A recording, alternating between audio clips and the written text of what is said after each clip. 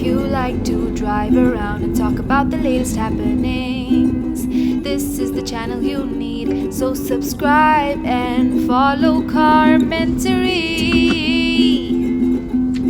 Hello everybody and welcome to Carmentary. My name is Neil Hartmann and today I'm going to talk in English about how Japan is truly screwed. That's the theme for today. Japan is screwed. Japan got screwed over. Japan screwed itself up. And Japan has decided to stay screwed up for eternity. I have finally, after 30 years of living in Japan, I now truly understand this in my heart. In my heart of hearts, Japan is screwed. I'm going to talk about two things today. First thing is something that Elon Musk even sounded off on a few weeks ago or a couple months ago. And he made some tweet about, oh, Japan is going to disappear. Japan as a people, Japan as a country, it's going to cease to exist. I think was like, I'm paraphrasing, but it's something what he said. And a lot of people were like, you know, anything he says, they go crazy on. But he's absolutely correct. 100%. I've known this and been hearing about this for years here. Aging population, population decline. Young people are not having babies. Young people are not having babies. And there's a huge top-heavy population, 60s, 70s, 80s. People live really long here in Japan, which is a great thing, and it should be. Everybody should have a really long life. I don't think people should die young.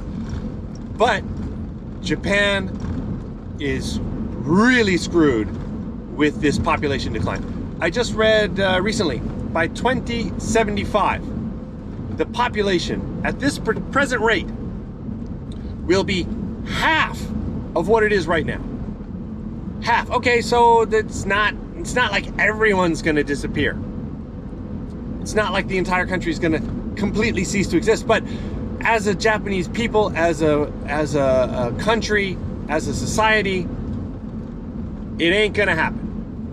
Right now, as a small business owner, as a part of the workforce, as a part of the economy here, I can tell you, it is screwed up. There are not enough people. There are not enough people. You need young people to work. That is just the way it is. You cannot hire elderly people for every single job. There are great jobs for elderly people, and elderly people do great work, but not in every job, especially some of the harder ones. Okay? There's a lot. Wow, it's beautiful. I'm sorry I'm not able to share the view with you right now, but it's so beautiful. Maybe you get a glimpse out of the window here. We're coming into a spot of sunlight. I'm working predominantly in the tourism industry, the service industry, the hospitality industry, now the food industry, running a soft cream shop, a cafe at a ski resort. I do video production for resorts. I do social media management. I'm working my frickin' ass off over here, okay? And so is everyone else. I'm telling you, Japanese people are diligent, conscientious, hardworking, creative, intelligent, smart, like all the great adjectives. You can just throw them on there because they all fit. The only ones you don't want to throw on there are like quick to make changes. That's not a good one. Japan is slow to make changes. And that is the core problem that I'm kind of talking about right here. As soon as statistics and data analysis and all that stuff came about in the census, I'm sure people were like, hey, something's going on here. We don't have as many kids as we used to. What's up with this? They knew there was a problem. They knew there was a problem 30 years ago when I got here. And no one did anything about it.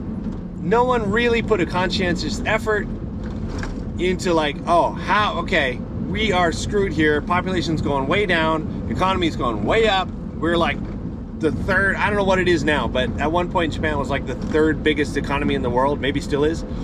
And doing that with 120 million people is an amazing feat.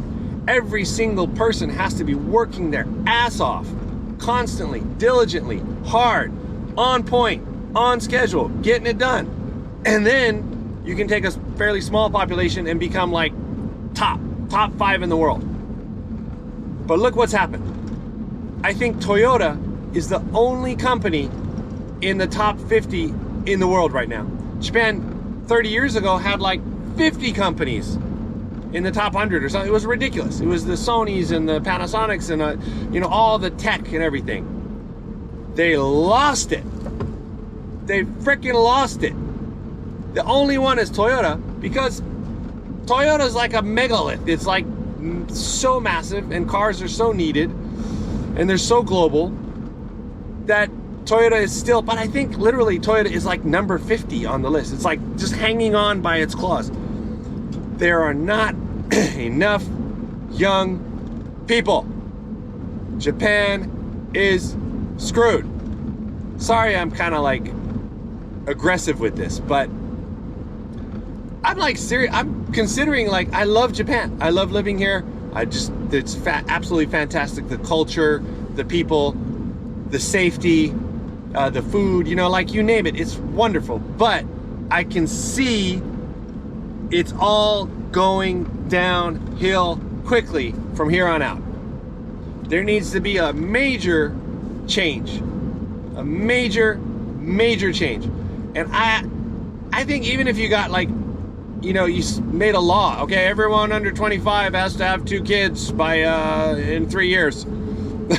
Like, even if you did that, it's like, I don't know, is it too late? I haven't done the calculations. I'm not smart enough to know, but it just feels like that is not going to be the only cure.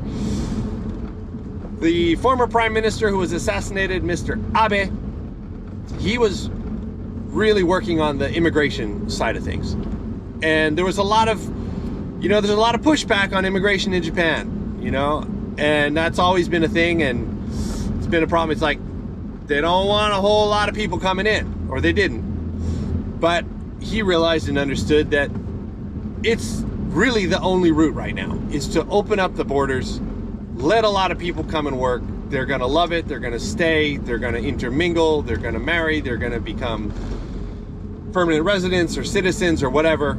Basically people like me, who come to Japan and just find it amazing and stay. You need a lot more of those people. And you need to bring in, all kinds of labor. From factory workers way on up to like programming and tech and whatever. There needs to be a huge influx. And that brings me to my my ask for the video. I think what I need at our mountaintop cafe is a married couple who wants to come and live in Japan, hopefully has some experience in like cafe, barista, food, hospitality, tourism, whatever, wants to work together and work with another small team to manage a mountaintop ski resort cafe. It's fun. It's fantastic. You can ski and snowboard an incredible amount. Literally every day, all season long, you can find the time, make the time, organize your shifts, get out there and ride, and then have this great community of people who love snowboarding, who love skiing, snow biking. There's tourists from all over the world coming all winter. It's absolutely fantastic. That's my sales pitch. I'm looking for a married couple wants to come to Japan and work all winter. Plus, there's an extra bonus in the fall season for the fall season gondola where they run it, and that is like 3 weeks of madness where thousands of people come up. It's good business. It's a good job. Who wants to come to Japan? See, I'm doing my part. I'm trying to open up the borders. I'm trying to help y'all out. I'm trying to help Japan, number one, and I'm trying to help you and your wife or your husband come to Japan and get a good job, have fun, find a place here, and hopefully stay. And then make babies so that they can carry on. as you can see, I'm rather passionate about this topic. That is really the core thing I wanted to talk about. The other thing I wanted to talk about was, government, it ties in. Government mismanagement is all part of this whole problem. The population decrease and everything. This could have been fixed. This could have been remedied. They could have, instead of being a steep decline, it could have been a slower decline. There's all kinds of things. And I think that goes back to a lot of mismanagement stuff and, probably that's caused by miscommunication. The other thing is now, they're saying they're going to raise taxes again. And there's a new tax law coming in next year in Japan. I think it's like next October. It's the invoice tax, it's being called. It's basically a value-added tax, I think is what it's called in like Canada and America, where every time you send an invoice for something, the VAT tax, I think they call it. Basically, they're going to adopt that system here in Japan. You can go and do the research on this. It's quite fascinating. I'll give you the really dumbed down version. This is the only way I can explain it. Basically, Japan didn't have sales tax for a long time, and that was good. And then they added like a 3% tax. It went to 5%, it went to 8%, now it's 10%. And what's happened is, this has forced companies, corporations, to stop raising wages. And there's a technical thing behind this. I can't really explain it. Basically, the corporations lose out. Every time they raise the wages, there's less they can claim on their taxes. So basically it's like, hey, just keep everybody's wages low. And what happens is then a lot of people leave the companies. And over the last 20, 30 years, it's been a huge move from like working for corporations to becoming freelance and becoming like a small independent contractor, which is great for the corporations because then it's not a salary. They're paying out this sort of just a fee. You invoice for your fee like I do, and then you get paid. And everything, if you're a freelancer and you have under $100,000 a year income, you don't have to pay sales tax. Now here's the key. So there's a lot of people out there who make under $100,000 a year, but yet they bill for the sales tax. So you're actually getting 10% extra on everything you bill, right? If you bill for $100, you're getting $110. But you don't have to pay that $10 to the government. So they're just kind of, right? You're getting a little extra cash, even though you shouldn't, well, whatever. So the government's like, okay, everybody's shifted to freelance.